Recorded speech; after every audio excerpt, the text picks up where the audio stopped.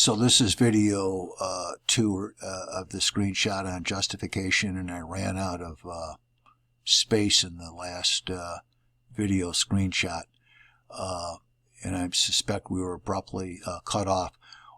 I was referring to the reasonable perception of unlawful physical force as triggering the right to use physical force to defend against it. And I was telling a story where a fellow's driving up the street, and what had happened was I was in my car, and a fellow I knew, we were young, behind me, and we were had left our cars, and we were talking with each other and fooling around, and the one guy was like shoving me, but it was like we weren't fighting. It was just dumb guy stuff, if you can imagine. But the fellow driving up the street thought that this guy was using unlawful physical force against me, and screeches. You can hear the brakes screech. He gets out of the car and starts running toward us. And I intercepted him and said, "No, we're just fooling around." He goes, "You okay?" And he leaves. But my point being, he probably had a reasonable perception when he saw what was going on, at least initially, that this person was using unlawful physical force against me, when in fact that wasn't the case. Okay, that's just one point I wanted to make. Now, if the right to use physical force is triggered, in other words, we have the reasonable perception, the use of physical force that then can be used is the amount that is reasonably necessary. In an example, it's kind of dumb, but I'm good with those, that I used to use in class a lot would be this. One of the students has a 8 or 9-year-old kid. He's pounding at the door of the classroom. I open the door and say, "What do you want, kid?" And he comes in and he said, "I'm so-and-so's son," and points to one of my students, "and you've been giving him or her a hard time all semester. I'm going to slug you." And the kid cocks back his fist as he's just a foot away from me. Now, stop. I have reason to believe, because this kid certainly doesn't have the right to hit me, that there's someone who's about to use unlawful physical force against me. Now, I have the right then to use that amount of physical force which is reasonably necessary to protect myself. Well, if he's a small guy, 8 or 9 years old, I think I can probably just take him by the arm, maybe, and almost gently, and by the other arm, and steer him out of the room, or steer him towards mom or dad, and be done with the situation. If I, when he cocked back his fist, cocked back my fist and hit the kid, I think we're all going to agree that my use of physical force was not reasonably necessary. And what I like about the example, in part, is that it illustrates that it's not a tit-for-tat kind of a situation in terms of, well, he was going to hit you, strike you with his fist, so to defend yourself, you can strike him with your fist. Well, it's going to depend upon the particular facts in whether it was reasonably necessary. Now, let me just, and again, it's in the posting, but look at these exceptions. In other words, when can physical force not be used in the face of unlawful physical force? Well, one way I'm going to pick on myself would be, and here, this is the language in the penal law, the actor started it. If I started it, if I walked into a bar, though I must admit the only bars I see today I think have lettuce and tomatoes on them, but if I walked into a bar and picked a fight with somebody, started shoving them, knock off their baseball hat, or whatever stupid thing you can do, and the person struck me, and then I struck the person back, I cannot claim self-defense because I started it. And there's all kinds of variations of that, but that's the basic take. The second is unlawful combat by agreement. And I'm thinking, as dated as this would be in high school, You'd get into an argument with another kid, and in my high school, you would agree to meet across the street after school where there was a vacant lot, and then you could have yourself a combat by agreement. I used to hope the other kid wouldn't show up, but both guys show up, because it was all, again, guy stuff back then. You'd have a fist fight, and somebody would get a bloody nose. They would break it up. Somebody would get a shirt torn. But the deal is, neither participant is justified in using physical force, because that's an unlawful combat by agreement. What's a lawful combat by agreement? A sanctioned prize fight, boxing, what is it, MMA that some of you I know like, football, tackling, blocking, a sport I used to play years ago, lacrosse. There's to a certain extent you can hit, if you're hitting the stick and hitting the person on the hands of the other person.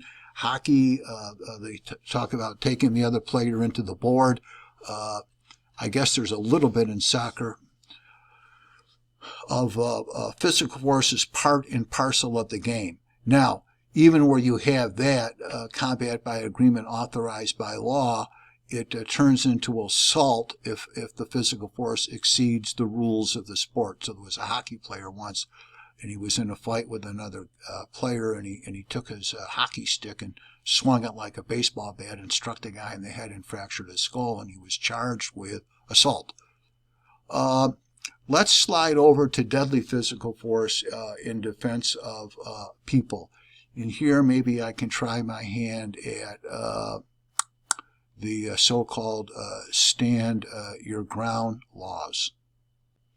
What we see with deadly physical force, with the same perceptions and reasonable necessary use of it, is that a deadly physical force can be used to defend against unlawful deadly physical force. You'll see next that we have this duty to retreat except when at your home. So if I'm in my house, and I'm faced with unlawful deadly physical force or reasonable perception of unlawful deadly physical force, and the use of deadly physical force would be reasonably necessary to defend myself, I don't have any duty to retreat. If, however, I'm outside of my house, so I have an encounter on the street, so to speak, in that situation, even if I have a reason to believe that unlawful deadly physical force might be being used or about to be used against me, I have a duty to retreat. The duty to retreat, however, is only in play if I can retreat with complete safety to myself and others. If you think of the dynamics of that kind of situation, rarely will it be possible to say that I could retreat with complete safety to myself and others. So the duty to retreat rule, if we don't understand it completely, can be overstated. Again, don't have any duty to retreat if I'm in my home, because after all, that's my castle. That's a sarcastic comment. And if I'm outside the house, I have a duty to retreat, but only if I can do so with complete safety to myself. Now, stand your ground. As I understand, we don't have that in New York. As I understand the so-called stand your ground laws, I know they have one in Florida where I used to spend a lot of time.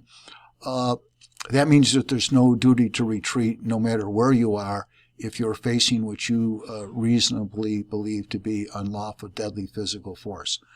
And I think what's happened in Florida and other states is the stand your ground laws have turned into a potential disaster, or on occasion have turned into a disaster, because what happens is you've got people, and not all people, and this is not an anti-gun riff that I'm on, by the way. If you think you want a gun to hunt or for sport or to protect yourself and your family, then I don't think I've got to be a nut to say, you probably should have the right to possess the gun. I don't know why anyone needs a semi-automatic weapon, but because when I shot one back in the day in the Army, I couldn't imagine going out hunting rabbits or why I would need a semi-automatic gun to protect myself, unless, of course, I was being invaded by an Army unit. Again, in this case, I'm being sarcastic. In any event, what happens is you got, I think what happens with the stand your ground laws is a message that goes way beyond stand your ground. And so you've got some people who feel that whenever they're under any kind of a threat, they can just shoot people. So there was one case where a guy was outside a 7-Eleven in Florida while his girlfriend was in the store picking up some wine. See, that's, I don't know, that's just, let's go to 7-Eleven and get a good bottle of wine. And he was an older white guy, and race plays a part in this. So let's get down to it. And in the car next to him were some young black men. They were teenagers, and they were playing some tunes. And like I used to do in 1964, maybe different kind of music. They were blasting it because that's what you do. And the noise apparently bothered this fellow while his girlfriend was picking out a fine bottle of wine in the 7-Eleven store. And so he tells them, turn down the music. Maybe he said, please. And of course, they did what I would have done at that age. They ignored the guy. Who's he to tell them to turn down the music? And then, but he's got a gun. He's got a gun. And so he thinks that one of the kids in the back seat is making a move towards a gun, though there was no gun in that car. And he pulls out his gun. Everybody's got a gun, and he shoots and kills the young man. That's not stand your ground. And by the way, he was convicted, as he should have been, of homicide. So all the stand your ground laws do is eliminate the duty to retreat. And I don't think there's that big of a difference legally. There's just, to me, the wrong message being sent to people that you can shoot someone. And of course, we have what happens is. And I don't want to talk about it. Everybody knows about what happened, but the Trayvon Martin and George Zimmerman case, and I don't think that was a stand your ground case. Quite frankly, it was other things going on. Okay, now in addition to unlawful deadly physical force, we have three more categories of situations that could give rise to the use of deadly physical force. But I don't want to run out of video space on this, so I'm going to end this video and we'll do a third video.